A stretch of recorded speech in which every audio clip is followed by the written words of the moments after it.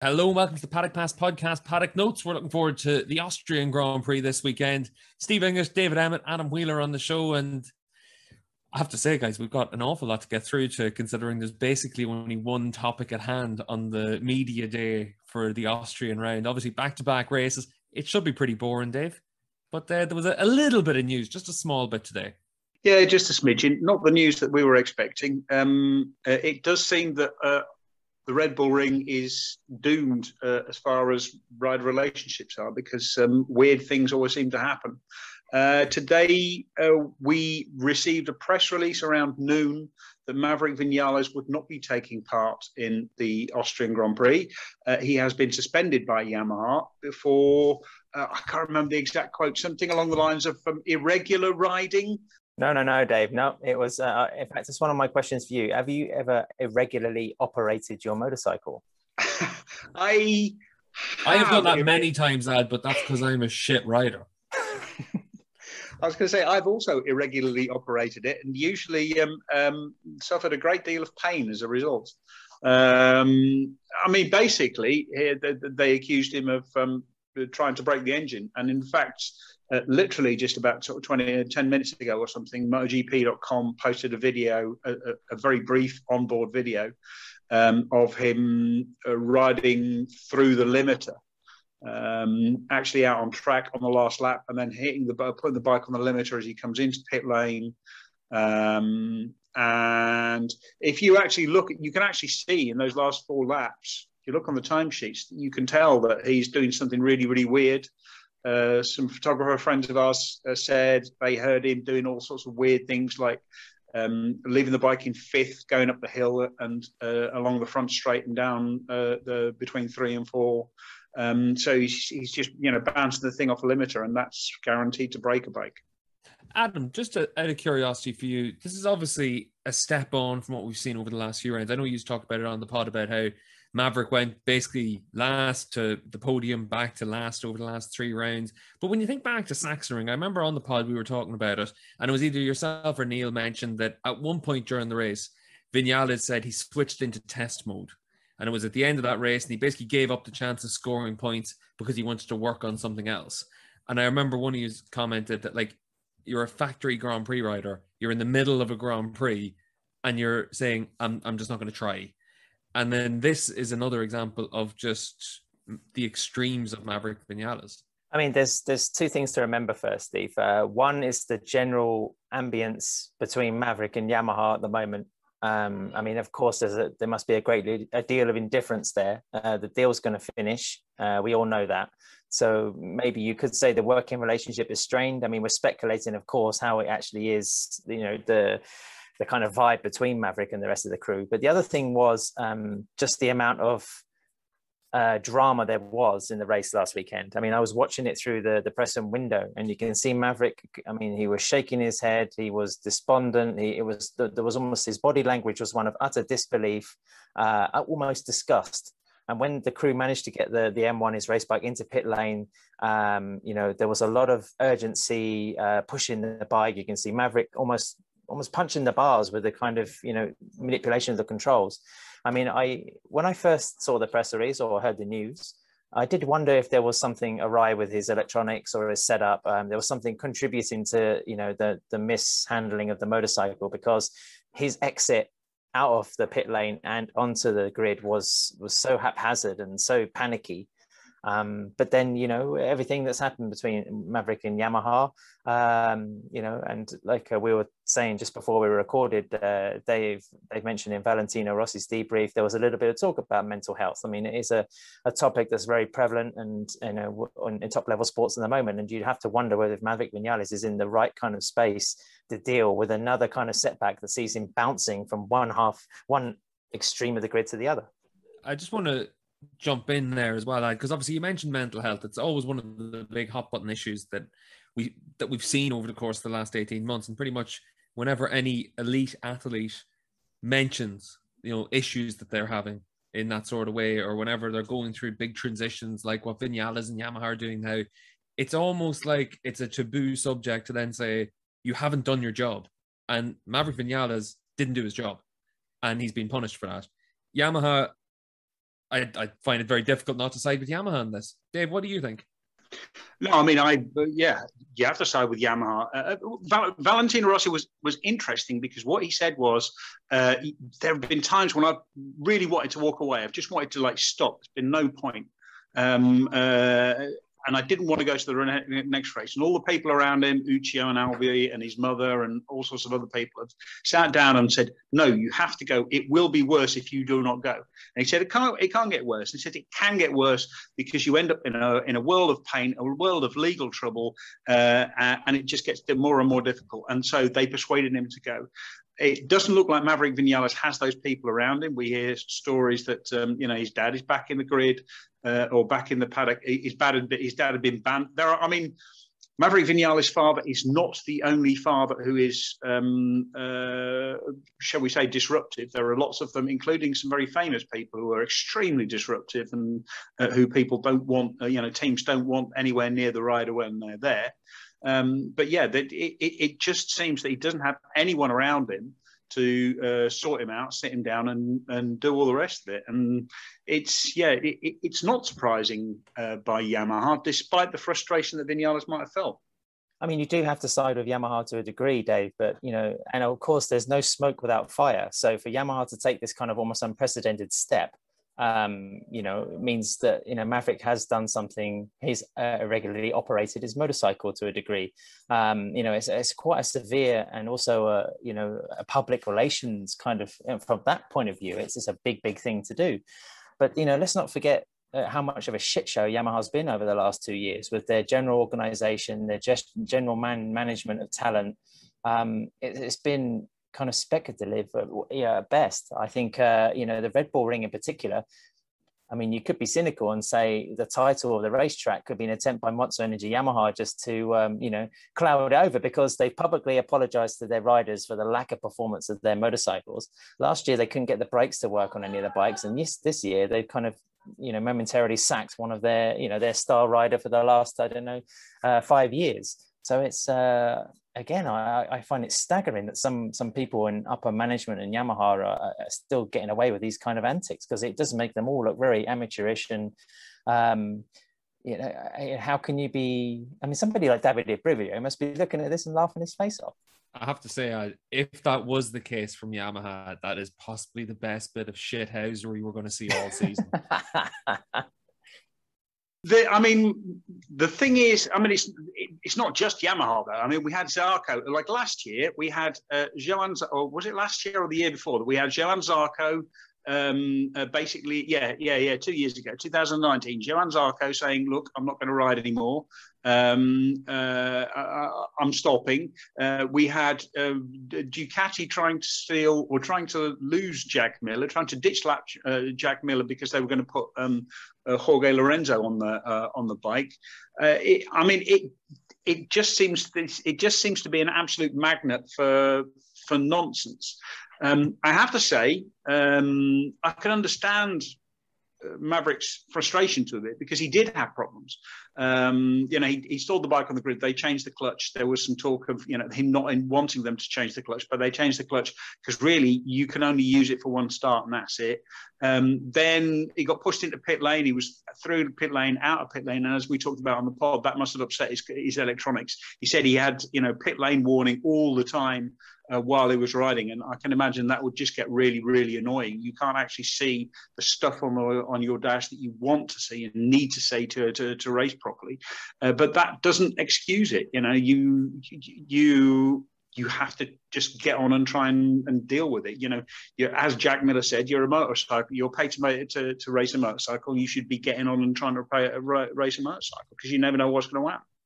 I mean, Vinales, as they say in Catalan, might be fins os collons, which means, directly translated, up to the balls, with the Yamaha situation. I mean, there's absolutely nothing to excuse the kind of behavior that John Kaczynski enacted at Assen with, the 250 Suzuki. And that bike was, particularly gorgeous. So it might have been a pile of crap, but to treat it like that and, stamp through the gearbox was unforgivable. But, this subject has been a bit of a hot potato. And I think it's something, it says something about how Maverick is regarded in MotoGP and on the grid by his peers, that not many riders really wanted to comment on it too much. You know, at least of all his teammate, you know, Fabio Quartararo. You know, a lot of people, I mean, some riders you can see on social media have almost come out in support of Maverick, have sympathized with him, you know, for the general mire that he finds himself in.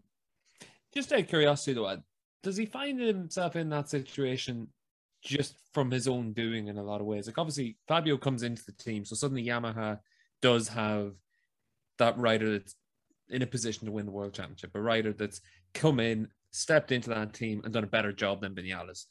Whereas when Vinales was initially moving into the team in 2017, pole position on his debut, win very early in his Yamaha career at Le Mans, I think was his first win.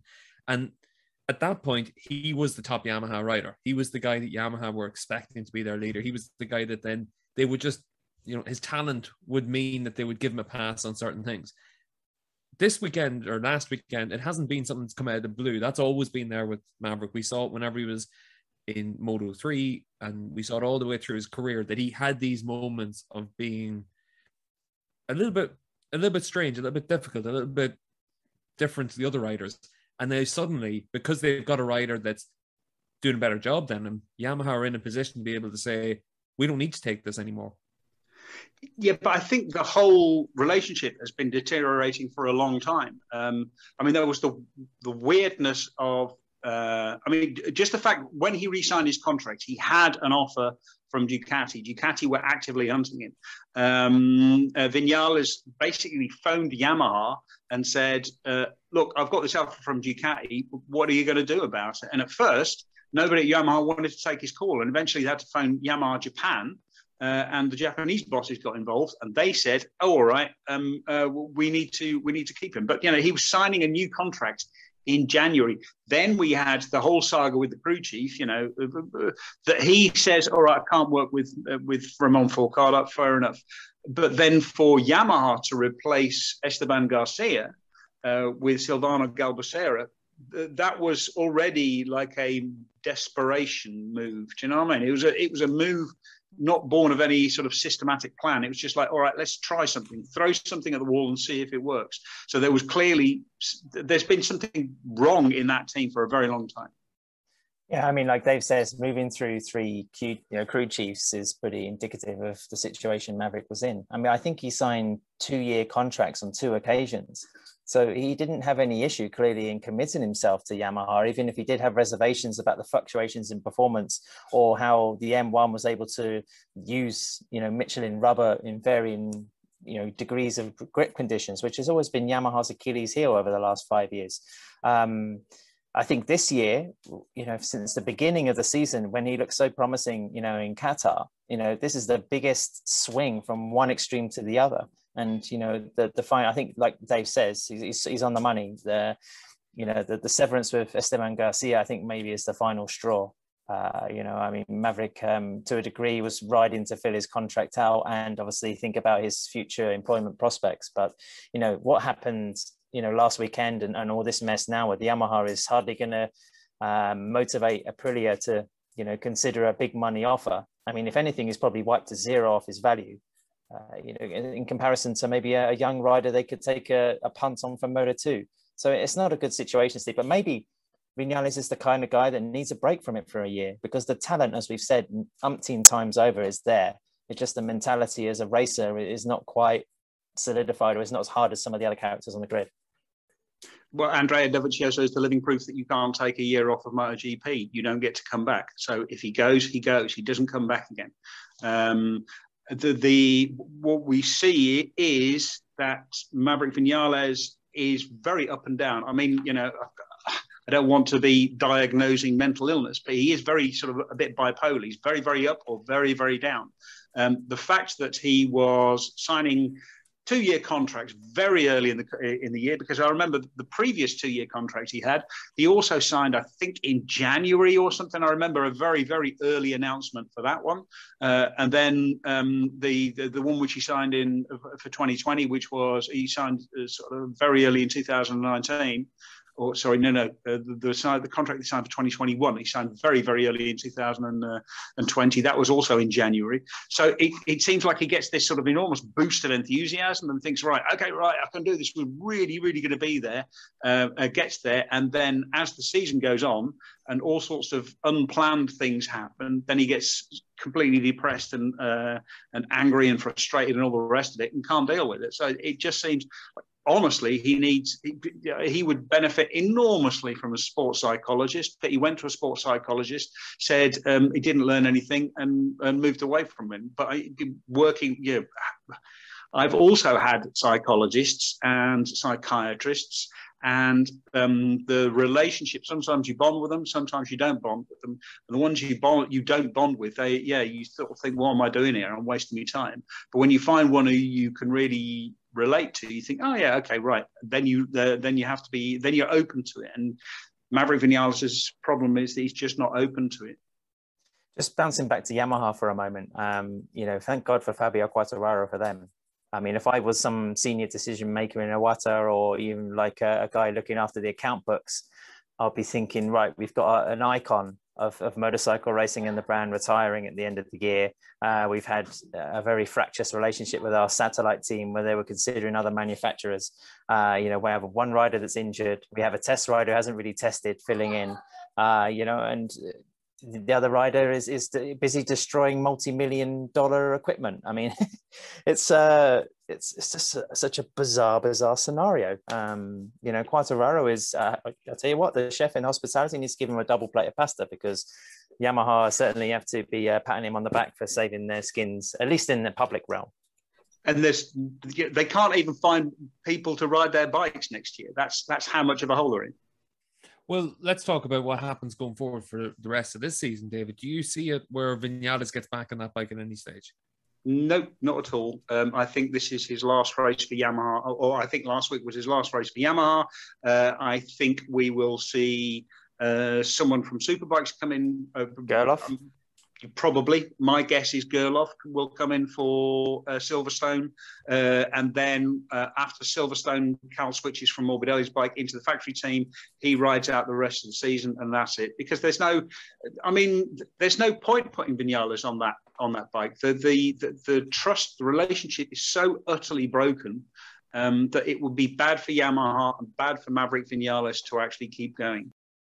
What's quite interesting for me is actually one of the rumors I heard at the last Superbike round was that because Yamaha has obviously ran out of options for the Petronas seat next year, one name that has been linked with it is Andrea Locatelli as well. And obviously Gerloff, after everything that happened between himself and Toprak, that's one of those situations that maybe Yamaha aren't looking to reward him with another MotoGP ride, whereas Locatelli, with the same amount of podiums as Gerloff, apparently has been in a little bit of play for it as well. So it might be interesting to see if Locatelli ends up getting a bit of a shout. Obviously, knows the Grand Prix paddock from his years in Moto3 and in Moto2.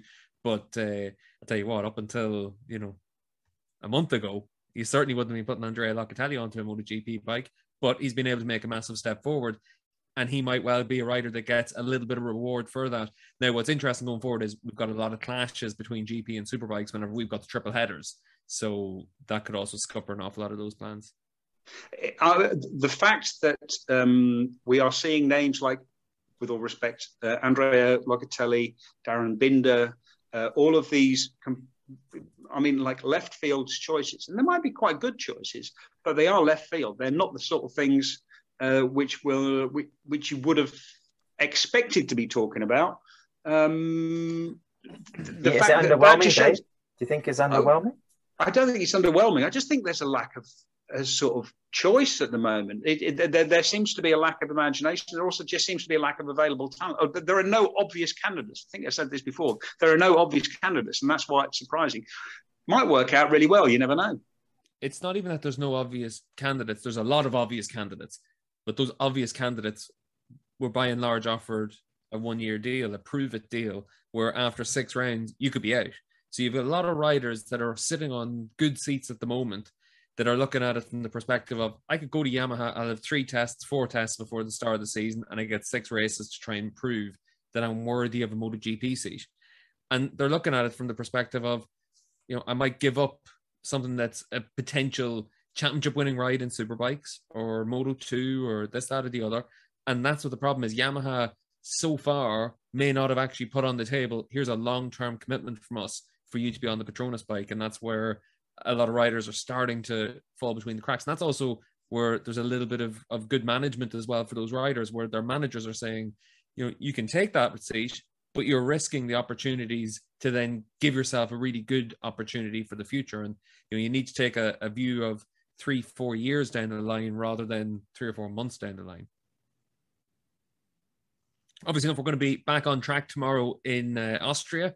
Adam, you've flown back home. So you're in Catalonia this weekend. David, obviously, you're back in the Netherlands. Neil is still on site. He was actually that devastated not to be with Adam that he was just too depressed to actually come on to the call tonight. But I'm sure we'll have Neil back on the pod tomorrow, giving us the ins and outs from the opening day of action at the Red Bull Ring. So from all of us on the Paddock Pass podcast, a big thank you to all of our Patreon supporters. It really does make a big difference on the podcast to be able to have that support from you.